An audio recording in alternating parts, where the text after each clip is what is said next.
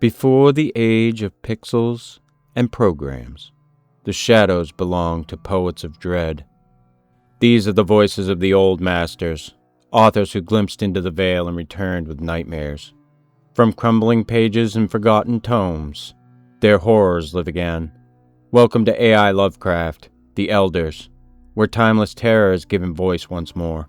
If you enjoy the following story, please like, subscribe, and leave a comment to let me know what you think.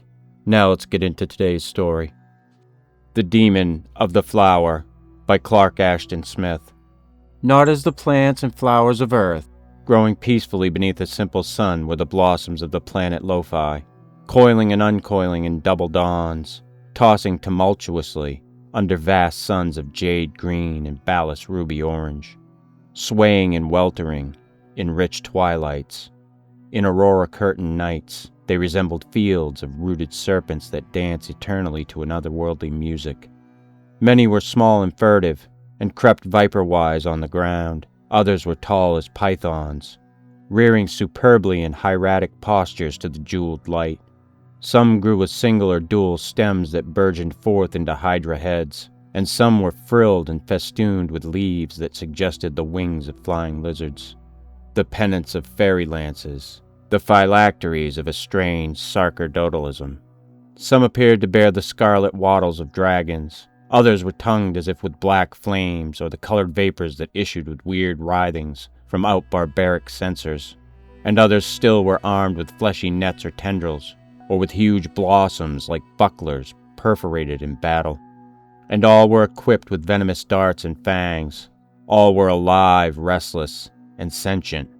They were the lords of Lophai, and all other life existed by their sufferance. The people of the world had been their inferiors from unrecorded cycles, and even in the most primitive myths, there was no suggestion that any other order of things had ever prevailed. And the plants themselves, together with the fauna and mankind of Lophai, gave immemorial obeisance to that supreme and terrible flower known as the Voorqual, in which a tutelary demon, more ancient than the twin suns, was believed to have made its immortal avatar. The Voorqual was served by a human priesthood, chosen amid the royalty and aristocracy of Lophai. In the heart of the chief city Lospar, in an equatorial realm, it had grown from antiquity on the summit of a high pyramid of sable terraces that loomed over the town like the hanging gardens of some greater Babylon, crowded with the lesser but deadly floral forms. At the center of the broad apex, the Voorqual stood alone in a basin level with the surrounding platform of black mineral. The basin was filled with a compost in which the dust of royal mummies formed an essential ingredient. The demon flower sprang from a bulb so encrusted with the growth of ages that it resembled a stone urn. Above this there rose the gnarled and mighty stalk that had displayed in earlier times the bifurcation of a mandrake, but whose halves had now grown together into a scaly, furrowed thing like the tail of some mythic sea monster. The stalk was variegated, with hues of greening bronze, of antique copper, with the livid blues and purples of fleshy corruption. It ended in a crown of stiff, blackish leaves, banded and spotted with poisonous metallic white, and edged with sharp serrations, as of savage weapons. From below the crown issued a long, sinuous arm, scaled like the main stem, and serpentining downward and outward to terminate in the huge upright bowl of a bizarre blossom, as if the arm, in sardonic fashion, should hold out a hellish beggar's cup. Abhorrent and monstrous was the bowl, which, like the leaves, was legended to renew itself at intervals of 1,000 years. It smoldered with sullen ruby at the base. It lightened into zones of dragon's blood, into belts of the rose of infernal sunset, on the full, swelling sides, and it flamed at the rim to a hot, yellowish Nakarat red like the ichor of salamanders. To one who dared to peer within, the cup was lined with sepulchral violet, blackening toward the bottom, pitted with myriad pores, and streaked with turgescent veins of sulphurous green. Swaying in a slow, lethal, hypnotic rhythm, with a deep and solemn sibilation, the Voorqual dominated the city of Lospar and the world of Lophai. Below, on the tiers of the pyramid, the thronged ophidian plants kept time to this rhythm in their tossing and hissing. and far beyond Lospar to the poles of the planet and in all its longitudes, the living blossoms obeyed the sovereign tempo of the Voorqual.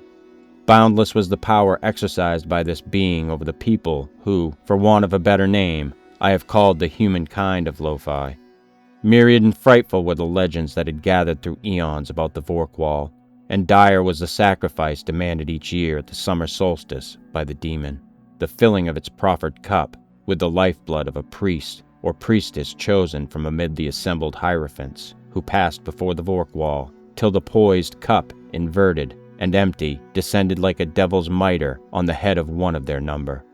Lunithi, king of the realms about Lospar, the high priest of the Voorqual, was the last, if not the first, of his race to rebel against this singular tyranny.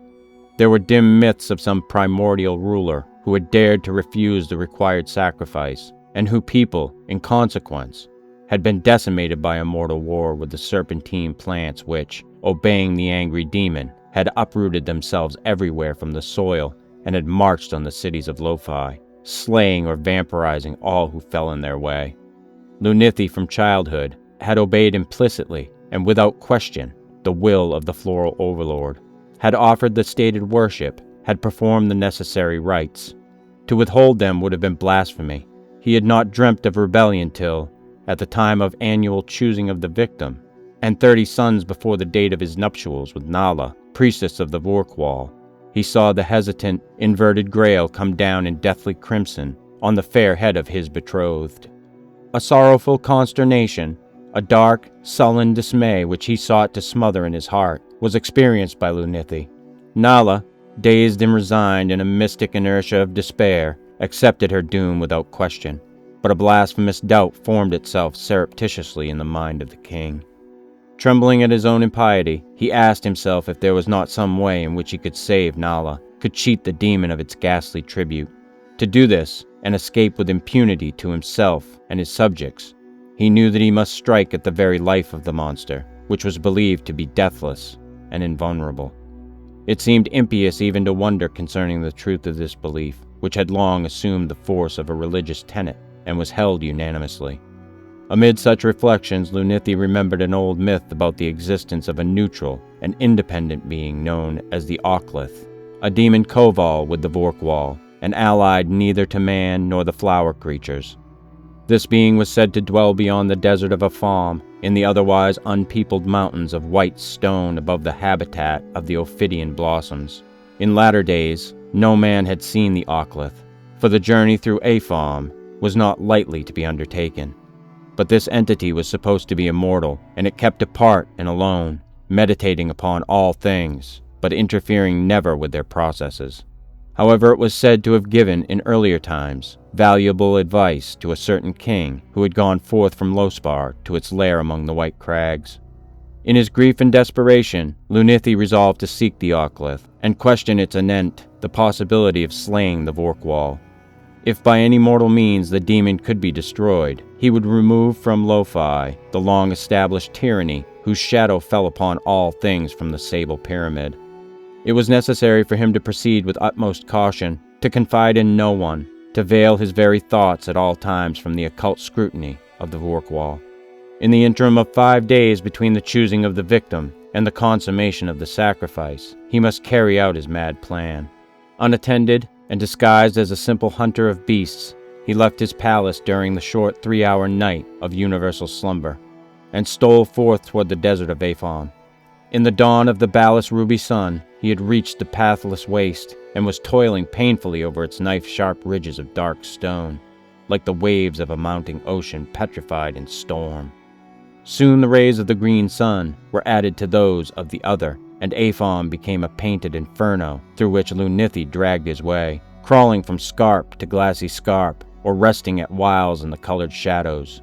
There was no water anywhere, but swift mirages gleamed and faded, and the sifting sand appeared to run like rills in the bottom of the deep valleys. At setting of the first sun, he came within sight of the pale mountains beyond Aphom, towering like cliffs of frozen foam above the desert's dark sea. They were tinged with transient lights of azure, of jade and orange in the going of the yellow-red orb, and the westward slanting of its binary. Then the lights melted into beryl and tourmaline, and the green sun was regent over all, till it too went down, leaving a twilight whose colors were those of seawater. In the gloom, Lunithi reached the foot of the pale crags, and there, exhausted, he slept till the second dawn. Rising, he began his escalade of the White Mountains. They rose bleak and terrible before him against the hidden suns, with cliffs that were like the sheer terraces of gods.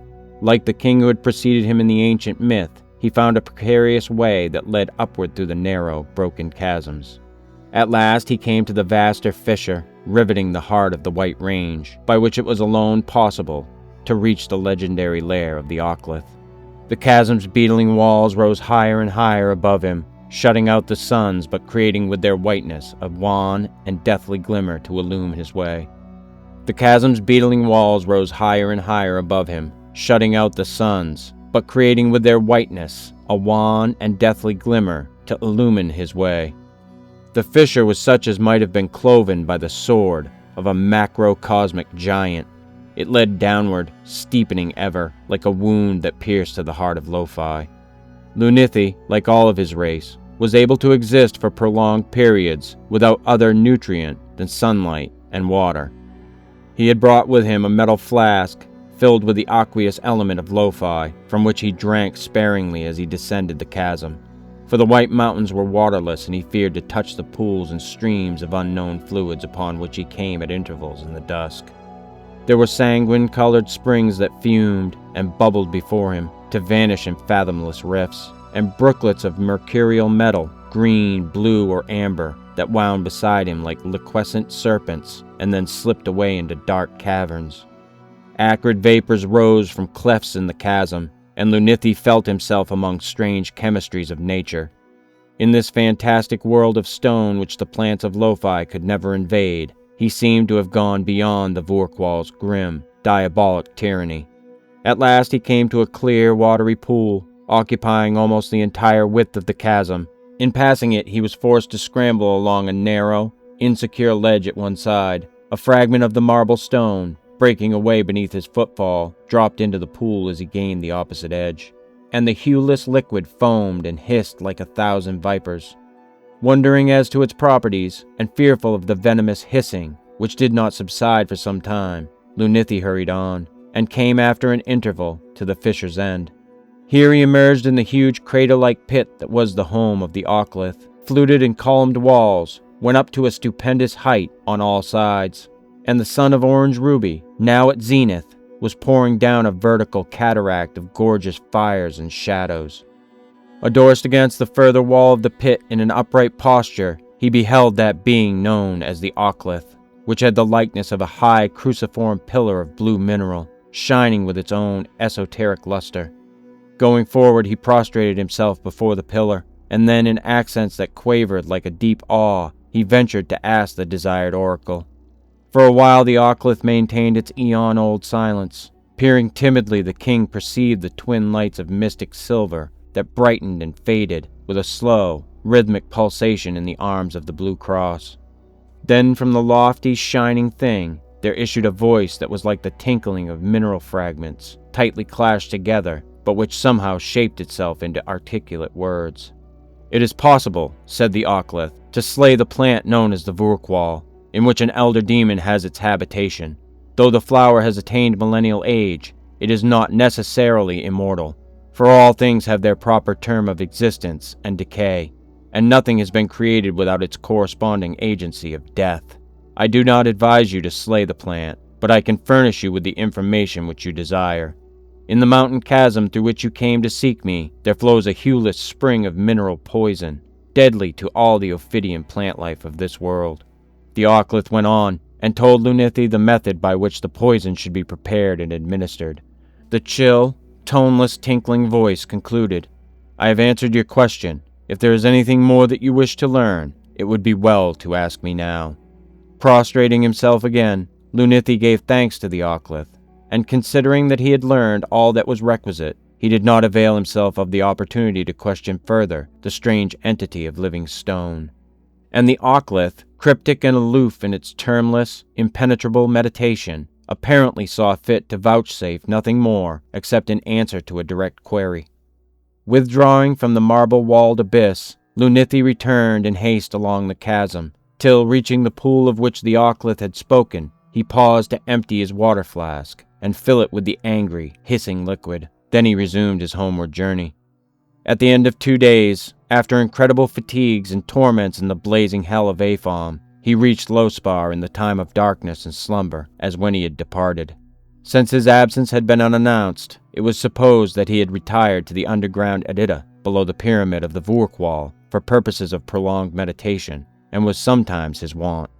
In alternate hope and trepidation, dreading this miscarriage of his plan, and shrinking still from its audacious impiety, Lunithi awaited the night preceding that double dawn of summer solstice, when in a secret room of the Black Pyramid, the monstrous offering was to be made ready. Nala would be slain by a fellow priest or priestess, chosen by lot, and her lifeblood would drip from the channeled altar into a great cup. And the cup would then be borne with solemn rites to the Voorqual, and its contents poured into the evilly supplicative bowl of the sanguinated blossom. He saw little of Nala during the interim. She was more withdrawn than ever, and seemed to have consecrated herself wholly to the coming doom. To no one, and least of all to his beloved, did Lunithi dare to hint a possible prevention of the sacrifice. There came the dreaded eve, with a swiftly changing twilight of jeweled hues, that turned to a darkness hung with auroral flame. Lunithi stole across the sleeping city and entered the pyramid, whose blackness towered massively amid the frail architecture of buildings that were little more than canopies and lattices of stone. With infinite care and caution, he made the preparations prescribed by the Occlith. Into the huge sacrificial cup of black metal, in a room lit with stored sunlight, he emptied the seething, sibilant poison he had brought with him from the White Mountains. Then, opening adroitly a vein in one of his arms, he added a certain amount of his own life fluid to the lethal potion, above whose foaming crystal it floated like a magic oil, without mingling, so that the entire cup, to all appearance, was filled with the liquid most acceptable to the satanic blossom. Bearing in his hands the black grail, Lunithi ascended a hewn stairway that led to the Voorqual's presence. His heart quailing, his senses swooning in chill gulfs of terror, he emerged on the lofty summit above the shadowy town. In a luminous azure gloom, against the weird and iridescent streamers of light that foreran the double dawn, he saw the dreamy swaying of the monstrous plant, and heard its somnolent hissing that was answered drowsily by myriad blossoms on the tiers below. A nightmare oppression, black and tangible, seemed to flow from the pyramid and to lie in the stagnant shadow on all the lands of Lophai. Aghast at his own temerity, and deeming that his shrouded thoughts would surely be understood as he drew nearer, or that the Voorqual would be suspicious of an offering brought before the accustomed hour, Lunithi made obeisance to his floral suzerain. The Voorqual vouchsafed no sign that it had deigned to perceive his presence, but the great flower cup, with its flaring crimsons dulled to garnet and purple in the twilight, was held forward as if in readiness to receive the hideous gift. Breathless and fainting with religious fear, in a moment of suspense that seemed eternal, Lunithi poured the blood-mantled poison into the cup. The venom boiled and hissed like a wizard's brew as the thirsty flower drank it up, and Lunithi saw the scaled arm draw back, tilting its demon grail quickly, as if to repudiate the doubtful draught. It was too late, for the poison had been absorbed by the blossom's porous lining. The tilting motion changed in midair to an agonized writhing of the reptilian arm, and then the Voorqual's huge, scaly stalk and pointed leaf crown began to toss in a deathly dance, waving darkly against the auroral curtains of morn. Its deep hissing sharpened to an insupportable note, fraught with the pain of a dying devil, and looking down the platform edge on which he crouched to avoid the swaying growth, Lunithi saw that the lesser plants on the terraces were now tossing in a mad unison with their master. Like noises in an ill dream, he heard the chorus of their tortured sibilations.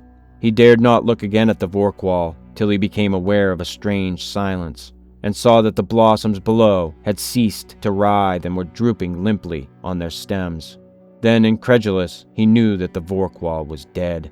Turning in triumph mingled with horror, he beheld the flaccid stalk that had fallen prone on its bed of unholy compost. He saw the sudden withering of the stiff, sordid leaves of the gross and hellish cup. Even the stony bulb appeared to collapse and crumble before his eyes. The entire stem, its evil colors fading swiftly, shrank and fell in upon itself like a sere, empty serpent skin. At the same time, in some obscure manner, Lunithi was still aware of a presence that brooded above the pyramid. Even in the death of the Voorqual, it seemed to him that he was not alone.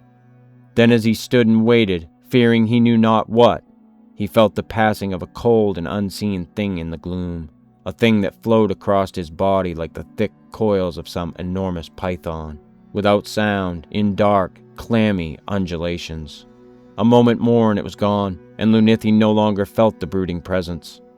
He turned to go, but it seemed that the dying night was full of an unconceived terror that gathered before him as he went down the long, somber stairs.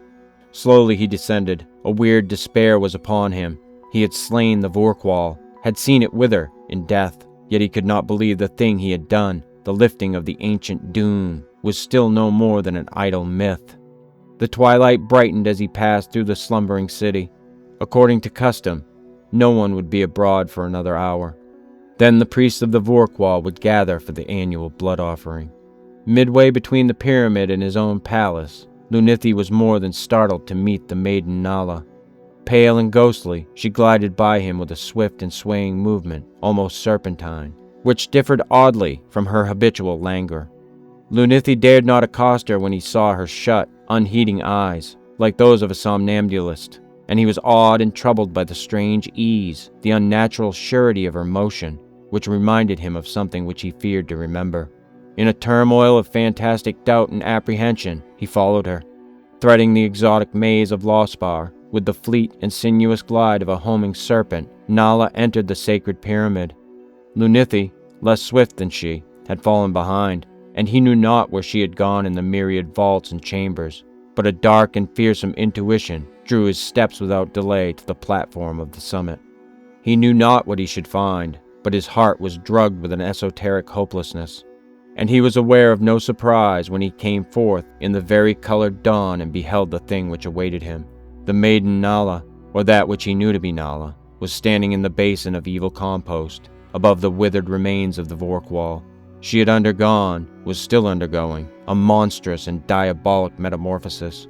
Her frail, slight body had assumed a long and dragon-like shape, and the tender skin was marked off in incipient scales that darkened momentarily with a mottling of baleful hues. Her head was no longer recognizable as such, and the human lineaments were flaring into a weird semicircle of pointed leaf buds. Her lower limbs had joined together, had rooted themselves in the ground.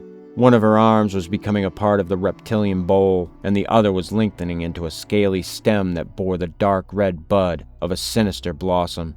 More and more the monstrosity took on the similitude of the Voorqual, and Lunithi, crushed by the ancient awe and dark, terrible faith of his ancestors, could feel no longer any doubt of its true identity. Soon there was no trace of Nala in the thing before him, which began to sway with a sinuous, python-like rhythm, and to utter a deep and measured sibilation, to which the plants on the lower tiers responded. He knew then that the Voorqual had returned to claim its sacrifice and preside forever above the city Lophai and the world of Lophai.